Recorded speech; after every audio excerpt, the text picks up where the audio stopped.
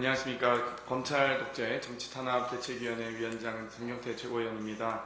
오늘 이렇게 긴급하게 기자간담회를 좀 요청드리게 된 이유는 이번 수원지법의 이화영 전 부지사와 관련된 1심 판결에 대해서 이 국정원의 공식 문건 또 쌍방울의 내부 문건에도 불구하고 정말 이 주가 조작의 전과 전력이 있는 김성태 씨를 더 신뢰하는 여러 회유와 조작의 근거가 명백함에도 불구하고 김성태의 이 증언을 더 신뢰한 재판부의 판결에 대해서 비판도 하고 또 김성태의 실체를 보다 더 자세하게 기자분들께 설명드리고자 이 기자간담회를 요청드리게 됐습니다.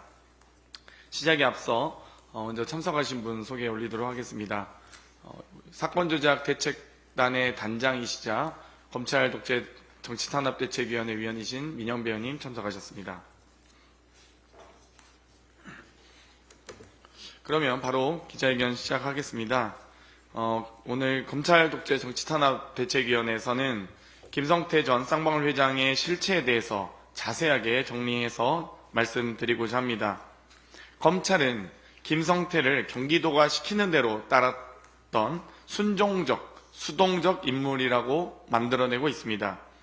과거의 김성태의 전적과 활동과 전과를 보면서 수사 과정에서 바뀐 김성태의 진술과 증언이 국정원 문건, 쌍방울 내부 문건 등 증거보다 더 신뢰할 만한 사람인지 김성태의 실체에 대해서 총정리해 드리도록 하겠습니다. 먼저 이미 수차례 SBS, YTN, 월간중앙 등 언론을 통해 상세히 공개되어 있는 내용을 바탕으로 정리했음을 말씀드립니다. 첫 번째 피켓입니다. 이 월간중앙의 보도 내용인데요. 김성태는 전주 나이트팟 전주로 조폭의 뒷일을 챙겼던 건달 출신이라고 합니다. 상경하여 불법 도박장 운영, 불법 사채업 운영, 불법 대부업체로 돈을 굴리다 경영난에 시달리던 쌍방울 인수권을 차지해 실질적 그룹 회장이 된 건달 세계의 입지적 인물로 불려집니다. 김성태 실체 첫 번째 PT를 참고해 주시기 바랍니다. 그러나 건달 세계에서의 평가는 입지적 인물일지 몰라도 대한민국에선 불법을 일삼고 주가 조작으로 검은 돈을 불리며 다수의 피해자를 양산한 기업인의 탈을 쓴 범법자입니다. 두 번째 PT는 TV조선의 보도 내용입니다. 2006년 김성태는 불법 도박장을 문어발식으로 개설해 돈을 벌기 시작합니다. 서울, 경기, 직영점 2곳을 비롯해 전주, 익산 등 가맹점 11곳을 유치했고 도박 개장과 음반, 비디오물 및 게임에 관한 법률 위반 혐의로 징역 8월에 집행유예 2년을 선고받았습니다. 세 번째 SBS 보도 내용입니다. 2007년에서 12년 사이에는 대부업 미등록 상태에서 서울 청담동에 사채 사무실을 차려놓고 도쿄 에셋이라는 투자 컨설팅 회사로 둔갑해 뒤로는 고리로 막대한 재산을 착복합니다. 확인된 것만 5년간 50여 차례 318억 원을 빌려주고 20억 원의 부당이익을 취했지만 2017년 2월 대부업법 위반으로 겨우 벌금 1,500만 원을 선고받았습니다. 네 번째 PT는 마찬가지로 SBS 보도 내용입니다. 도쿄 에스tet을 티그리스, 태평양 통상으로 바꾸며 기업 인수합병 작업을 대주던 김성태는 2010년 1월 대한전선이 가지고 있던 쌍방울의 제1주주 지분 40.86%를 200여억 원에 인수해 경영권을 확보합니다. 이는 또 다른 범죄의 시작이었습니다. 다섯 번째는 YTN 보도 내용입니다. 이후 무자본 M&A로 전환사채 CB를 활용하여 사채를 끌어와 기업을 인수하고 전환사채를 찍어내며 광림, 나노스, 비비안 등 6개 기업을 인수합니다. 김성태는 쌍방울을 포함해 7개 계열사의 사회이사 총 51명을 영입합니다. 이 가운데 법조인이 22명으로 전체의 43.1%를 차지하는데 검찰 출신만 9명으로 송찬엽 전 동부지검장, 양재식 전 남부지검 부장검사, 오연철 전 남부지검 2차장 검사 등을 영입했다고 합니다. 특히 김성태는 본인의 주가조작 수사팀장을 맡았던 김영현 남부지검 합동수사단 검사를 추후 쌍방울 계열사 사회이사로 영입까지 하며 대범함을 보입니다. 7번째 BTBT는 SBS 보도 내용입니다. 2010년 1월 쌍방울 인수 직전부터 쌍방울 주가 조작을 했고 2011월 8월 김성태는 코스닥 시장으로 넘어가 유비컴이라는 회사의 주가를 조작했습니다. 코스피, 코스닥을 넘나들며 금융시장을 교란시키고 다수의 피해자를 양산하는 전형적인 주가 조작 범죄를 저지릅니다. 이런 점에서 매우 김건희 여사와 닮은 꼴이다라고 보여집니다. 결국 2014년 4월 김성태는 주가 조작의 정점으로 밝혀져 구속 기소됩니다. 도쿄에셋의 실소유주 주가 조작의 주범이 김성태라는 사실을 검찰도 파악한 것입니다. 검찰은 2013년 김성태의 친동생을 먼저 기소하는데 동생은 형의 실체가 드러나는 걸 막기 위해 관련자들에 대해 입막음을 시도한 것이 밝혀지기도 했습니다. 다음으로 8번째 PPT입니다. 친동생은 1심에서 징역 5년의 중형을 선고받았고 김성태는 도주 경력 또 가장 많은 범죄 수익을 얻는 등 당연히 엄벌에 처해질 것이라는 예상과 달리 1심에서 재벌 전용 판결이라는 징역 3년에 집행유예 5년을 받았습니다. 법원은 쌍방울이 건실한 기업으로 안정적으로 운영되고 있다는 황당한 이유를 들어 추징금도 선고하지 않았고 이는 2018년 대법원에서 확정됐습니다. 이처럼 전형적인 주가 조작 범죄자가 대북 사업을 이용해 쌍방울 주가 조작을 했다는 국정원 문건 등에도 불구하고 검찰의 조작과 회유 의혹 속에서 대북 송금 사건의 신빙성 있는 증언자가 되고 말았습니다. 이번 1심 판결에서는 2017년 김성태의 주가 조작 1심 판결처럼 경험칙상 쌍방울 김성태가 주가 조작을 위해 대북 사업을 추진한 걸 받아들이기 어렵다고 했습니다. 한 번도 아니고 2번씩이나 김성태를 감싸는 판결이 나온 것입니다.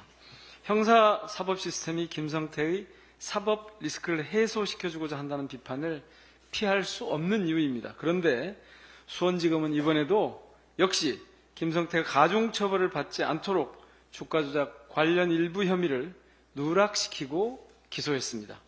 주가 조작의 실체가 드러나면 쌍방울 기업비리 사건을 경기도 대북사업비 대납 사건으로 둔갑시킬 수 없기 때문일 것입니다. 특히 김성태는 검찰의 봐주기 기소, 법조 카르텔이 낳은 괴물에 불과합니다. 김성태의 스토리를 종합해보면 김건희 여사와 닮은 점을 쉽게 찾을 수 있습니다. 주가 조작 혐의에 연루됐다는 점, 검사를 가깝게 두려워한 점, 검찰의 봐주기 기소 수사 의혹의 정점에 있다는 점 등입니다. 국정원 비밀문건에서도 드러났듯이 국정원은 협조자 안부수 주변 인물의 주가 조작 실행 가능성과 이에 따른 국정원 연루설 가능성이 제기되었다면서 안부수의 협조자 지위를 종결했습니다. 검찰이 계속해서 대북사업 관련 쌍방울 김성태의 주가 조작 실체를 외면한다면 지금까지 굴려온 조작, 회유 등 의혹의 눈덩이가 도리어 검찰을 집어삼키고야 말 것임을 강력하게 경고합니다. 국민 여러분과 언론인 여러분께서는 신뢰할 수 있는 사람과 증거를 봐주시길 요청드립니다. 2024년 6월 10일 검찰 독재 정치 탄압 대책위원회 이상입니다. 네. 이 김성태 씨가 살아온 삶을 보면 건달에서 도박장으로 또 이 사채업에서 여러 적대적 M&A를 하면서 기업을 인수합병 해왔고 또 그 돈으로 큰 돈을 벌어서 쌍방울이라는 나름 인지도 있는 기업까지도 독식하고 나서 정말 이 끊임없이 주가 조작 시도도 하고 실제 이 대북 사업을 핑계로 여러 주가 조작을 전형적인 이 대북 사업 호조를 언급하면서 주가 조작을 노리는 혐의가 매우 명백함에도 불구하고 지금 검찰은 이와 같은 혐의에 대해서 전혀 수사하지 않고 있습니다. 마찬가지로 기소도 안 하고 있고요. 그래서 여기에 대해서 이 김성태의 삶을 통해서 이 증언이 얼마나 허황된 증언인지 좀 낱낱이 설명드리고자 오늘 간담회를 가졌습니다. 혹시 질문 있으신가요? 없으신가요? 네. 네. 오늘 이제 라디오에 출연하셔가지고 법사위에서 이제 행정조사권 발동할 수 있다 이렇게 말씀해 주셨는데 그 부분에 대해서 그러니까 뭐 검사 탄핵이라든지 아니면 그리고 그런 법사위 행정조사권 발동 등에 대해서 좀 자세하게 간략적으로 설명 주세요. 국회법 130조와 131조, 132조에 있는 내용인데요. 검사 탄핵안이 발의가 되면 탄핵안 가결 전에 본회의의 의결로 행정조사를 법사위가 할 수 있도록 되어 있습니다. 그래서 사실상 이 행정조사권이 발동되면 법사위는 국정조사에 준해서 국회 증감법 적용을 받게 되고요. 관련 자료와 사실 규명을 위해서 법사위가 사실상 국정조사위원회에 준해서 여러 자료 요구나 또 증인 채택 등을 하실 수 있게 됩니다. 그래서 꼭 탄핵의 가부를 떠나서 탄핵에 대한 여러 가지 사실관계를 명확하게 확인하기 위해서 법사위가 행정조사권을 발동해서 조사를 할 수 있다는 점, 또 국회 증감법, 국정감사에 준해서 할 수 있는 점 등의 권한이 생기기 때문에 아마 이와 같은 봐주기 수사나 여러 이 조작 의혹에 대해서 저희가 충분히 법사위에서 저는 조사와 확인이 가능할 거라 보고요. 그 이후에 검사 탄핵도 당연히 가능하다고 봅니다.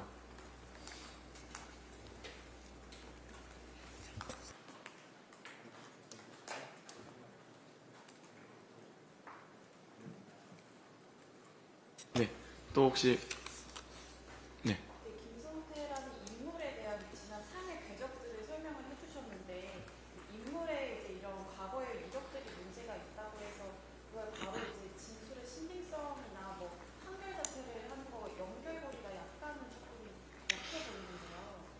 이 재판부가 지금 판결의 주요 근거가 유일한 근거가 제가 보기에는 경험칙상이라는 표현과 쌍방울이 건신한 기업이다라는 겁니다.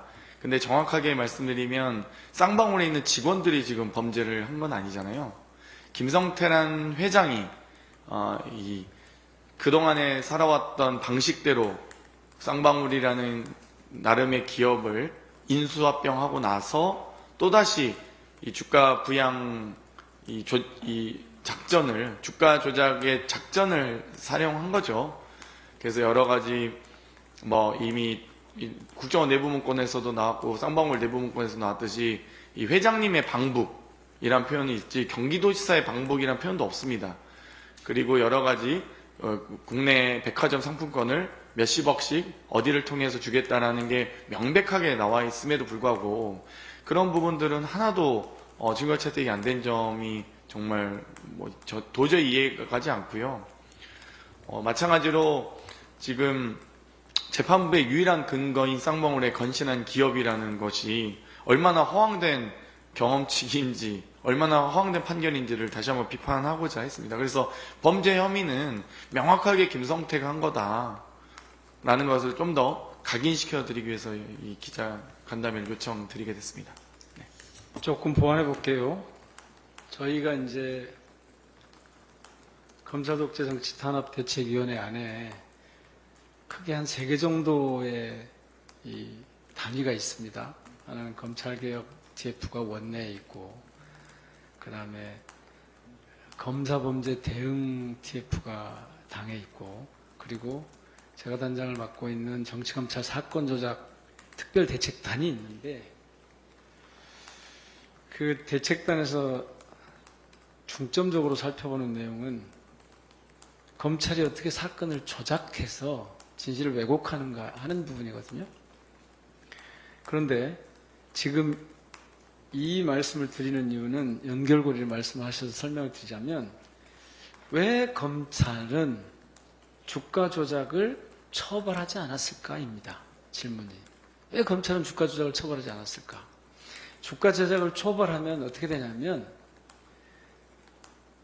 쌍방울이 경기도를 위해서 방북비용 대납을 했다고 하는 사실을 주장할 수 없게 되기 때문에 그렇습니다.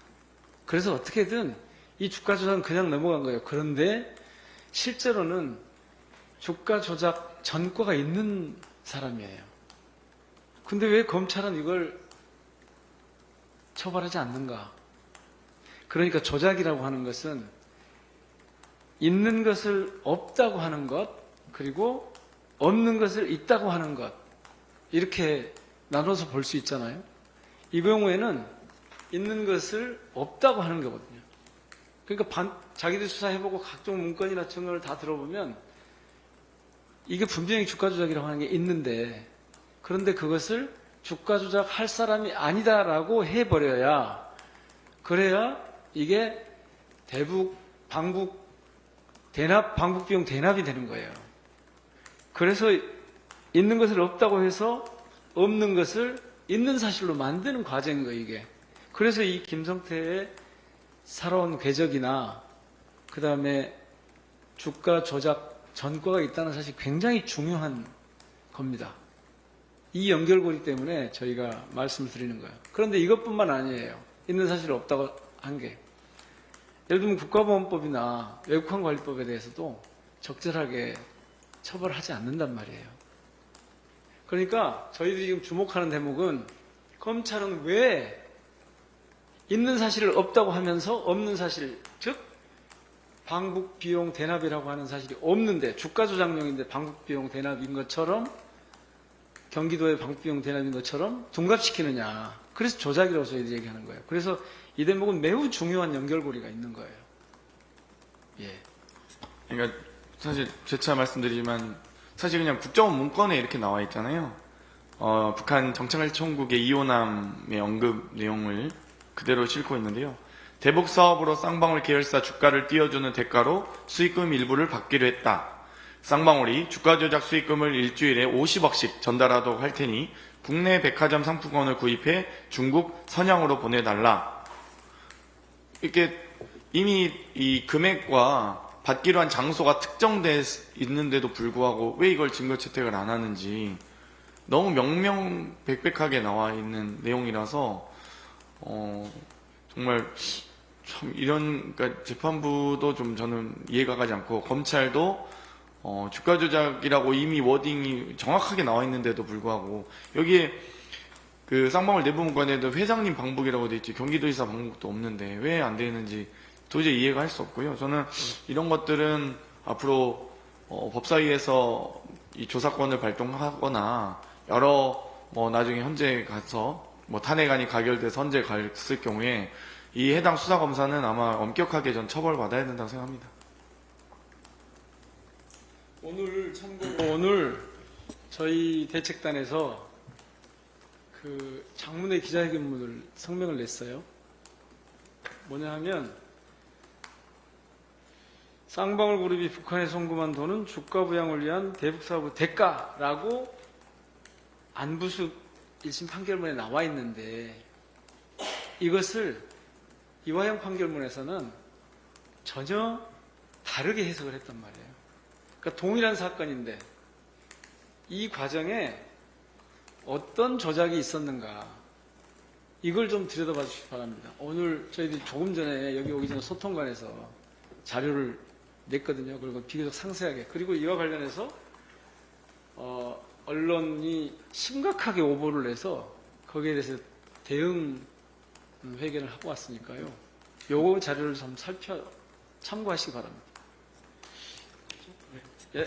네, 다음. 그러면 네. 그 아까 말씀하신 검사 탄핵이나 아니면 법사위에서의 조치나 이게 로드맵이 일정이나 이런 건 어떻게 구상하고 있는지도 궁금하고, 검찰뿐만 아니라 그 말씀하신 것처럼 재판부도 명명백백하게 문제가 있다고 하신 거잖아요. 그럼 재판부 관련한 대응도 추가로 있는지. 검사 관련돼서는 사실 이제 저희가 따로 검도기 운영위에서 긴밀하게 상의하고 있고요.